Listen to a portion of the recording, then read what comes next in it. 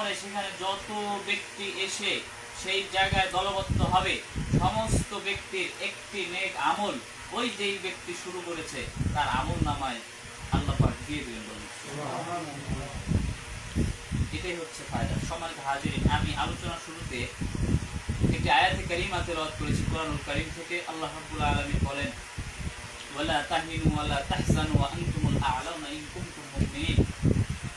হে আমার বান্দারা, তোমরা ভয় পেও না, চিন্তিত হয়ো না যদি তোমরা মুমিন হয়ে থাকো। কি হয়ে থাকো? মুমিন হয়ে থাকো। সম্মানিত হাজিরিন, মুমিন কি জিনিস এটা আগে আমাদেরকে বুঝতে হবে। মুমিন হচ্ছে ওই ব্যক্তি যার মধ্যে ঈমান আছে। যার মধ্যে কি আছে? ঈমান আছে। আর ঈমান হচ্ছে তিন জিনিসের নাম। ঈমান হচ্ছে কয় জিনিসের নাম? তিন জিনিসের নাম।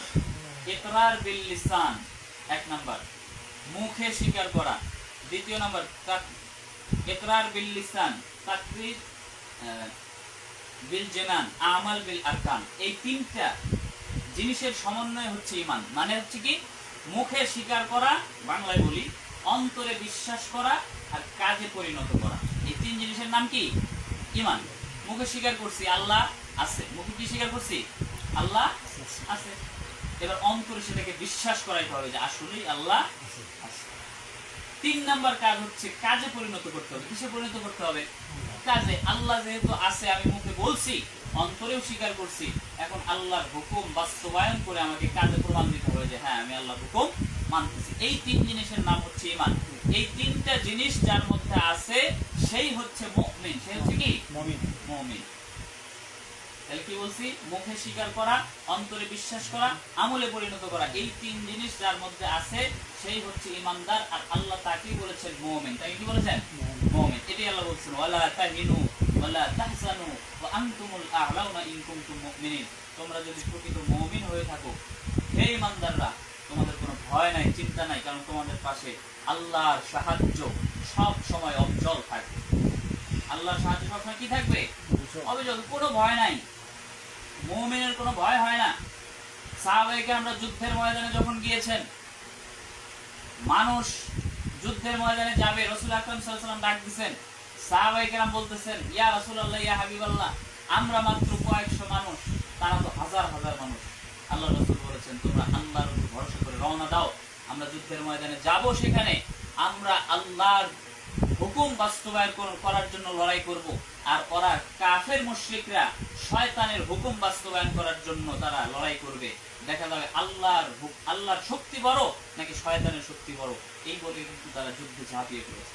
সেখানে আল্লাহ পাকের সাহায্য ছিল না? নাই, ছিল। এটা আজীবনই থাকবে।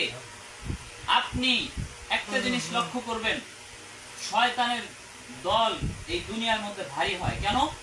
শয়তানের যে কাজটা, সেই কাজটা উপরে চাকচিক্যময় করা। উপরে কি করা? চাকচিক্যময় করা, যাতে মানুষের আকর্ষণ হয়, ভালো লাগে খুব। আর আল্লাহ পাকের যে কাজগুলো হয় সেগুলো হচ্ছে ধ্যানে, খেয়ালে, মনোযোগ দিয়ে, কষ্টের সাথে সেগুলোকে করতে হয়। দেখেন একটা জিনিস, রাসূল আকরাম সাল্লাল্লাহু আলাইহি ওয়াসাল্লাম হাদিসের মধ্যে একটা কথা বলছেন যে মনের সাথে জিহাদ করা হলো সবচেয়ে বড় জিহাদ। মনের সাথে জিহাদ করা কি? সবচেয়ে বড় জিহাদ। আপনি জানেন, একটা মানুষের মন যদি ঠিক হয় সেই মানুষটা জান্নাতি। একটা মানুষের মন যদি ঠিক না থাকে সেই মানুষটা কি? জাহান্নামী। জান্নাত জাহান্নামের ফয়সালা হয় মানুষের মন দেখে। কি দেখে? আল্লাহ পাক রব্বুল আলামিন এই যে কুরবানির বিষয়ে আল্লাহ বলেছেন যে আমি তোমাদের কার কত ধন সম্পদ আছে এটা দেখি না, তোমাদের কার কি আছে এটা দেখি না, তোমার শিক্ষাগত যোগ্যতা কি এটা দেখি না, তুমি কোন বংশের এটা দেখি না, তুমি কুরবানি যে করতেছো কত দামি পশু কুরবানি করো সেটাও আমি দেখি না, আমি দেখি তোমার অন্তর কি বলে। তোমার অন্তর কি বলে? আমি একটা ৫,০০০ টাকা দিয়ে ছাগল কুরবানি দিতে পারি, কিন্তু আমার অন্তর হচ্ছে যে এই কুরবানিটা আমি একমাত্র, শুধুমাত্র, কেবলমাত্র আল্লাহর জন্যই করতেছি। আল্লাহ বলে শুধু এইটা চাই। গোশত তুমি খাও, চামড়া বিক্রি করে ফেলো, তাতে কোনো আপত্তি নাই, কিন্তু তুমি নিয়তটা কার জন্য করলা এতটুকুই আমি দেখি। তাহলে এই নিয়তটা কিসের ব্যাপার? মনের ব্যাপার। কিসের ব্যাপার?